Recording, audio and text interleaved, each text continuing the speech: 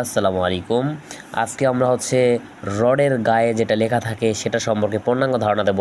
ইনশাল্লাহ ইউটিউবে এমন কোনো ভিডিও নাই যে এই সম্পর্কে ধারণা আছে, পূর্ণাঙ্গ ধারণা নেই বললেই চলে। ঠিক আছে, আপনার এটা আমি একটি সাইট থেকে বিএচআরএমে মানে একটি রডের গায়ে কী কী আছে শুধু আমি পূর্ণাঙ্গভাবে এখানে তুলে রাখছি। ঠিক আছে, আপনাদের বোঝানোর জন্য পূর্ণাঙ্গভাবে কী কী আছে আমি তুলে রাখছি, এটা আমি আপনাদের বোঝাবো।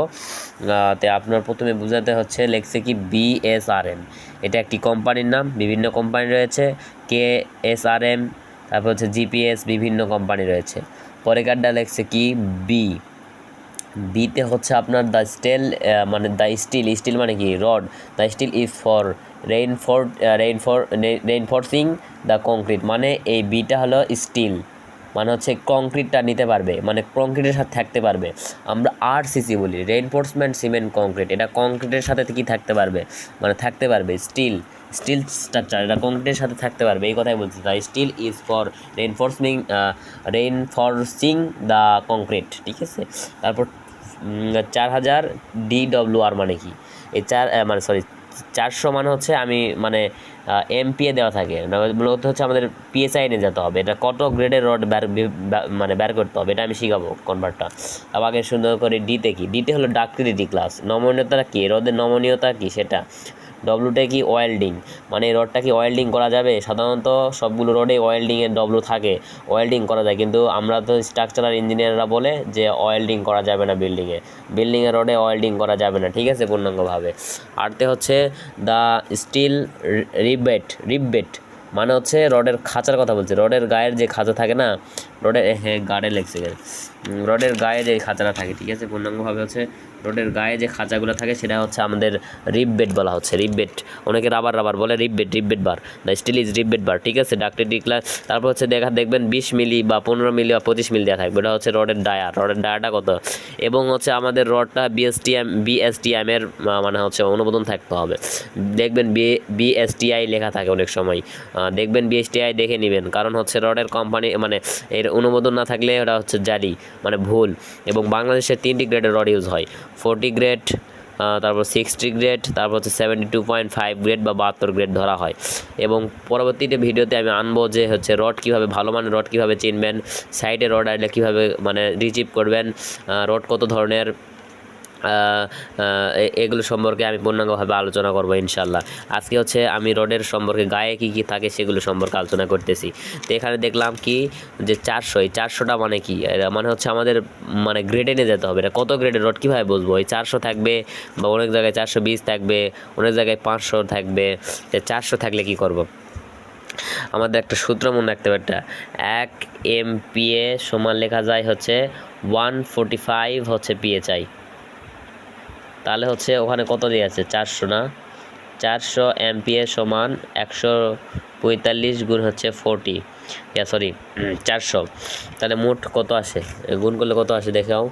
400 গুণ 145 আসছে 58, কী দিবা হয় 58। এটা মূলত 60 গ্রেডের রড, 60 গ্রেডের রড। এটা ধরেন 60,000, ধরেন এখানে 60,000 পূর্ণাঙ্গভাবে। তো এখানে 1000 দ্বারা ভাগ করবেন, তাহলে মূলত আপনি 60 পাবেন। তাহলে কত পাবেন, গ্রেড, GRAD, গ্রেড মানে 60 গ্রেডের রড। আপনি চিনে ফেলেন যে 60 গ্রেড। আপনি যদি যাই বলেন, মিস্ত্রি তো অনেক কিছু চিনে, আপনি একজন ইঞ্জিনিয়ার বলতেছেন যে এটা কত গ্রেডের রড দেখো তো তুমি, ওই বলবি যে 400 লেখা আছে, 400 মানে কী যে আমি জানি না।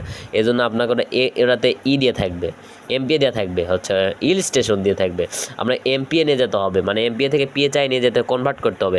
400 থাকুক আর আপনার 420 থাকুক। 420 থাকলে কী করবেন, 420 গুণ 145 করলে আসবে। 500 থাকলে 500 গুণ 145 করলে আপনার মানে পিএসআই আসবে। পিএসআই থেকে আপনার গ্রেডে নিয়ে গেলে 1000 ভাগ করতে হবে পূর্ণাঙ্গভাবে। ঠিক আছে, তে কি বুঝতে পারছেন কি না জানি না, এইভাবে গ্রেড নির্ণয় করবেন সাধারণত। এবং সবচেয়ে ভালো গ্রেড 72.5 গ্রেড। এই গ্রেড ইউজ করবেন না, আমার মতে এই গ্রেড ইউজ করবেন না। 40 গ্রেড রড মানে ইউজ করবেন না। আপনি 60 গ্রেড এবং 72.5 গ্রেড রড ইউজ করার চেষ্টা করবেন। এবং একটি বিল্ডিংয়ের ACI কোড অনুসারে এশিয়া কন্টিনেন্টে একটি কলামে হচ্ছে মূলত 4টি সর্বনিম্ন 16 মিলি রড ব্যবহার করতে হবে এবং স্ট্রিট আপ সর্বনিম্ন 8 মিলি রড ইউজ করতে হবে স্ট্রিট আপে, ঠিক আছে, পূর্ণাঙ্গভাবে এগুলো। এবং গোল কলামে মূলত 6টি রড ইউজ করতে হবে 16 মিলির, এটা জানতে হবে। এবং বিএসটিআই কি, বাংলাদেশ স্ট্যান্ডার্ড টেস্টিং ইনস্টিটিউট, এটা পূর্ণরূপটাও জানতে হবে। পূর্ণাঙ্গভাবে বলতেছি, প্রথমে থাকবে হচ্ছে আমাদের শেষবারের মতো ভিডিওটি, মানে হচ্ছে শেষের দিকে। বিতে হচ্ছে আপনার বিএসআরএম মনে হচ্ছে একটা কোম্পানির নাম, এখানে কেএসআরএন থাকতে বিভিন্ন কোম্পানি থাকতে পারে।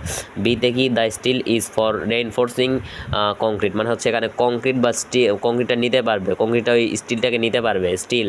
তারপর 400 ডিডব্লিউআর, 400 দিয়ে তো বুঝালাম যে গ্রেড বুঝাবে বা পিএসআই বুঝাবে। ডিতে ডাক্টিলিটি ক্লাস, ডব্লুতে ওয়েল্ডেবল, আরতে রিপবেট মানে রডের খাঁচার কথা বলে রিপবেট। আগেকার রড ছিল একদম প্লেন, ধরেন এই কলমটাই ধরেন এইরকম প্লেন, আর এখানে এখন এটা খাঁচ কাটা, এটা হচ্ছে এখন বর্তমানে খাঁচ কাটা হলে একটা কথা আপনাকে মনে রাখতে হবে, আপনি যখন এরকম খাঁচ কাটা দাগ কাটা এরকম মাটাম এরকম দেওয়ার চেষ্টা করবেন তাহলে কংক্রিটের সাথে বন্ধন হয়। আপনি মনে রাখবেন খাঁচ কাটা এরকম হচ্ছে মানে খাঁচ কাটা ঝাগড়ি এরকম সিস্টেম হলে আপনি ভাববেন কংক্রিটের সাথে এটা বন্ধন করতে পারবে তাড়াতাড়ি, কিন্তু সিলসিলা মানে প্লেন থাকলে এরা কংক্রিটের সাথে বন্ধন করতে পারে না।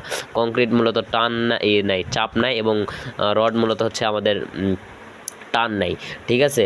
তা আপনাকে আমি আস্তে আস্তে হচ্ছে reinforcement, cement, sand, brick chips, stone সম্পর্কে আপনাদের সামনে আলোচনা করব, যে কিভাবে আপনি রড চিনবেন, কিভাবে রড তো চিনার এটা মানে গায়ে দেখালাম, এটা মূলত শর্ট না, এবং আছে রডের একটি ভিডিও নিয়ে আসবো ইনশাল্লাহ।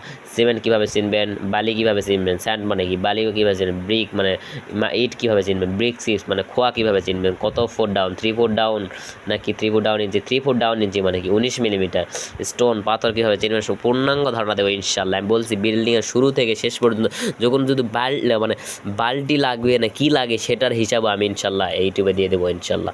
ধন্যবাদ সবাইকে, থ্যাংকস ফর ওয়াচিং ভিডিও।